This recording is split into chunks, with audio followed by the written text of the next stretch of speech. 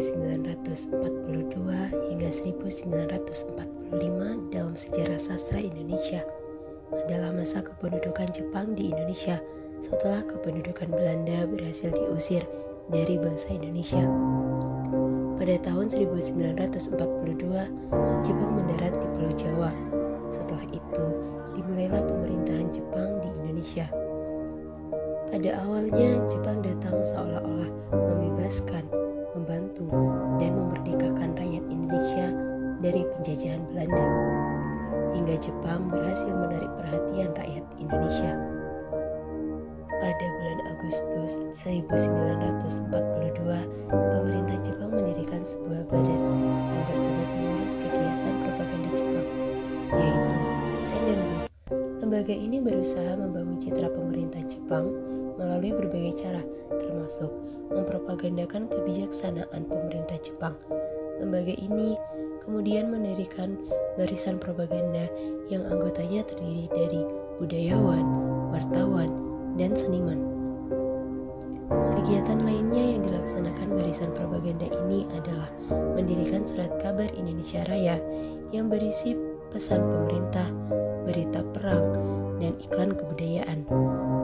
Surat kabar yang hanya berisi 4 halaman ini terbit setiap hari kecuali hari libur dan minggu.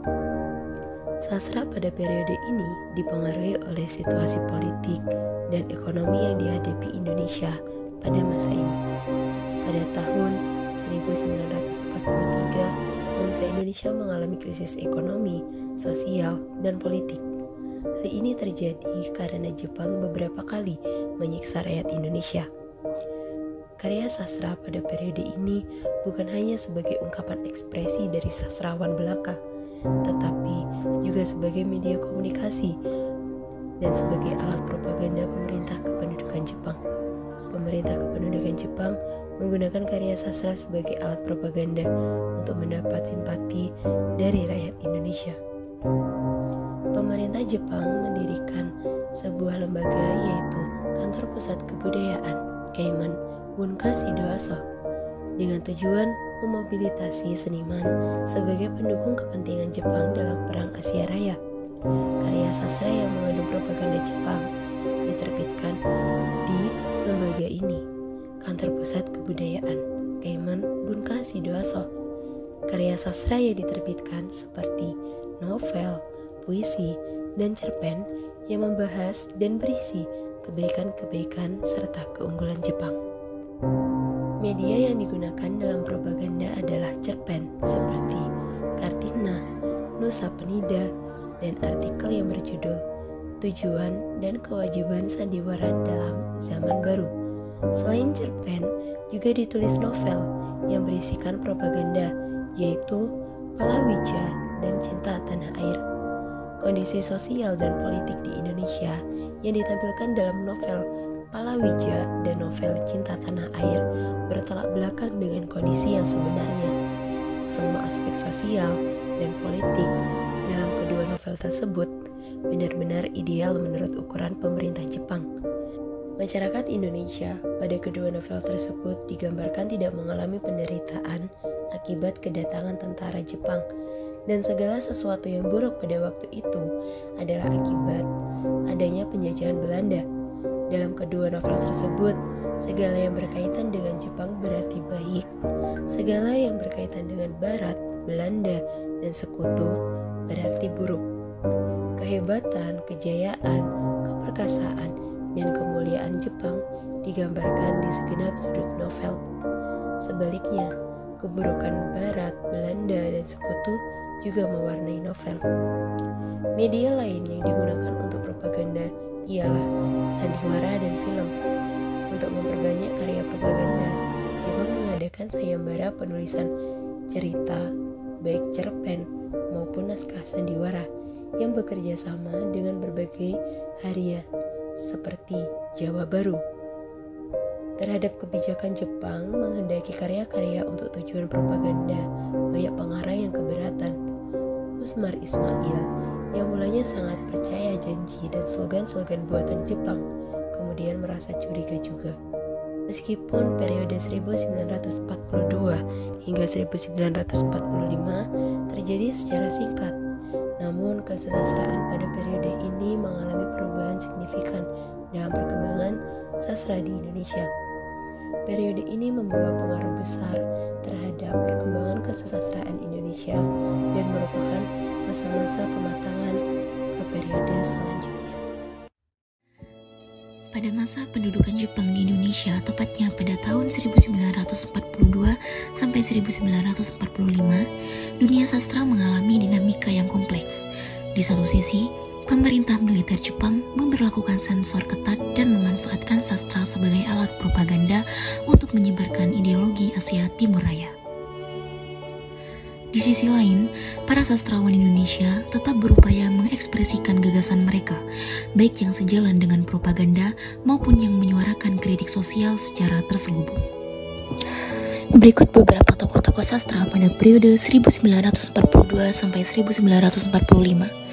Tokoh yang pertama ialah Chairil Anwar, tahun 1922 sampai 1945. Chairil Anwar merupakan tokoh sentral dalam angkatan 45 dan menjadi simbol pembaruan puisi Indonesia. Meskipun sebagian besar karyanya dikenal setelah Jepang menyerah, Chairil Anwar telah aktif menulis sejak tahun 1942. Puisinya yang pertama dan sangat terkenal ialah puisi berjudul Nisan, tahun 1942. Ditulis untuk mengenang neneknya dan menandai perubahan radikal dalam gaya penulisan puisi Indonesia. Chairil Anwar menolak bentuk puisi lama yang terlalu mengikat dan memilih untuk mengekspresikan kegelisahan hidup, kematian, dan kebebasan secara intens. Abdullah Idrus, atau lebih sering dikenal dengan Idrus, tahun 1921 sampai 1979. Idrus dikenal sebagai penulis realis yang menyajikan gambaran sosial secara lugas, ironis, dan kadang satir. Ia mulai menulis cerita pendek sejak awal tahun 1940-an dan karyanya yang paling dikenal ialah Surabaya, tahun 1945. Meskipun ditulis menjelang kemerdekaan, mencerminkan pengaruh masa pendudukan Jepang, dalam cerpen itu Idrus menggambarkan kekacauan revolusi dengan gaya naratif yang padat dan tidak sentimental. Idrus juga menulis cerpen lain seperti Hanya Satu Saudara dan Keputusan, yang merefleksikan krisis moral dan sosial masyarakat. Karyanya diterbitkan dalam majalah Asia Raya yang dikendalikan oleh Jepang. Namun dengan gaya yang tetap kritis terhadap realitas, ia disebut-sebut sebagai pembuka jalan bagi sastra realisme modern di Indonesia. Armijn Pane, tahun 1908 sampai 1970. Armijn Pane sebagai tokoh yang lebih senior. Beliau memegang peran penting secara struktural dalam lembaga kebudayaan Jepang, Keimin Bunkashi Doso. Ia adalah editor, penulis, dan sekaligus penghubung antara sastrawan muda dan lembaga tersebut. Armijn dikenal dengan karya-karyanya yang cenderung halus dan simbolik, seperti dalam roman yang berjudul Belenggu. Terbit sebelum pendudukan tetapi sangat berpengaruh di masa kini. Dan beberapa puisi serta esai budaya yang ia tulis dalam majalah Asia Raya. Ia berusaha mempertahankan kualitas sastra dan menyisipkan nilai-nilai nasionalisme melalui narasi-narasi yang tidak secara frontal menentang Jepang. Armijn juga mendorong peran penulis muda untuk tetap berkarya dalam batas aman, sehingga kreativitas tetap tumbuh meskipun dalam pengawasan ketat. Usmar Ismail, tahun 1921 sampai 1971. Usmar Ismail yang kelak dikenal sebagai Bapak Perfilman Indonesia, mulai aktif dalam dunia kesusastraan dan teater selama masa pendudukan Jepang. Ia menulis naskah drama dan artikel budaya, serta aktif di Keimin Bunkashi Doso. Salah satu kontribusinya adalah memperkenalkan nilai-nilai nasionalisme dan sosial dalam pementasan drama yang tetap disesuaikan dengan batas sensor Jepang. Ia menggunakan simbolis dan ironisme sebagai teknik artistik untuk menyampaikan kritik sosial, meskipun sebagian besar karya film dan dramanya muncul pasca pendudukan. Fondasi pemikirannya telah terbentuk pada masa ini. Rosihan Anwar, tahun 1922 sampai 2011. Rosihin Anwar merupakan jurnalis dan penulis esai yang aktif selama masa pendudukan Jepang dan juga ikut bergabung dalam Keimin Bunkashi Doso. Ia menulis berbagai artikel yang berkaitan dengan budaya dan kebangsaan. Meskipun tidak banyak menghasilkan karya fiksi, kontribusinya dalam penyebaran ide-ide nasionalisme melalui media sangat signifikan. Ia menggunakan bahasa Indonesia secara efektif sebagai alat untuk mengedukasi dan menggerakkan kesadaran masyarakat. Para sastrawan ini, meskipun berada di bawah tekanan dan sensor ketat, tetap berkontribusi dalam mengembangkan sastra Indonesia. Mereka menggunakan berbagai strategi seperti simbolisme dan alegori untuk menyampaikan kritik sosial dan semangat nasionalisme. Karya-karya mereka menjadi cerminan dari semangat perjuangan dan kreativitas dalam menghadapi keterbatasan, serta memberikan dasar bagi pengembangan sastra Indonesia pasca kemerdekaan. Tidak hanya menulis, tetapi juga membentuk fondasi kesusastraan Indonesia modern. Mereka mengarahkan Indonesia ke arah yang lebih bebas, reflektif, dan realistis, sekaligus menanamkan semangat kebangsaan yang kelak menjadi arus utama pasca kemerdekaan. Dalam keterbatasan ruang ekspresi, mereka tetap produktif dan berani menyuarakan realitas lewat bahasa dan estesis dan syarat makna. Karya sastra pada tahun 1942 sampai 1945 yang pertama adalah tersiar, yaitu karya sastra yang diterbitkan pada masa kependudukan Jepang karena berhasil lolos dari sensor militer Jepang, baik berupa majalah atau penerbitan sendiri setelah mengalami sensor dari pemerintah. Dan yang kedua adalah karya sastra tersimpan, yaitu karya sastra yang diciptakan pada periode 1942 sampai 1945 tetapi tidak diterbitkan pada masa itu, melainkan disimpan dan diterbitkan setelah proklamasi kemerdekaan Indonesia. Karya sastra yang terbit pada masa itu berupa novel, naskah drama, dan cerita pendek. Namun, naskah drama merupakan karya sastra yang paling banyak terbit pada masa kependudukan Jepang di Indonesia. Yang pertama adalah Koran Asia Raya, yakni berisi pesan pemerintah, berita perang, dan juga iklan kebudayaan. Dan yang kedua yaitu novel roman Pancaroba Palawija, yaitu sebuah novel karya Karim Halim yang menceritakan mengenai kejadian pada awal kependudukan Jepang di Jawa Barat, khususnya mengenai penjarahan dan juga kekerasan terhadap warga Tionghoa. Novel ini juga diyakini sebagai propaganda untuk PETA.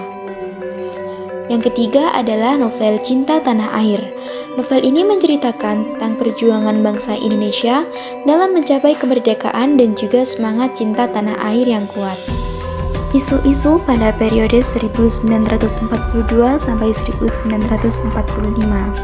Yang pertama, para sastrawan terkadang menyisipkan beberapa kritik terselubung terhadap pemerintah Jepang dengan menggunakan metafora, simbolisme, dan tata bahasa yang ambigu. Hal tersebut dilakukan agar karya sastra mereka bisa lolos dari sensor militer Jepang. Karya-karya tersebut tampak mendukung Jepang dari permukaan, akan tetapi menyimpan pesan-pesan nasionalisme yang hanya dipahami oleh pembaca yang cermat.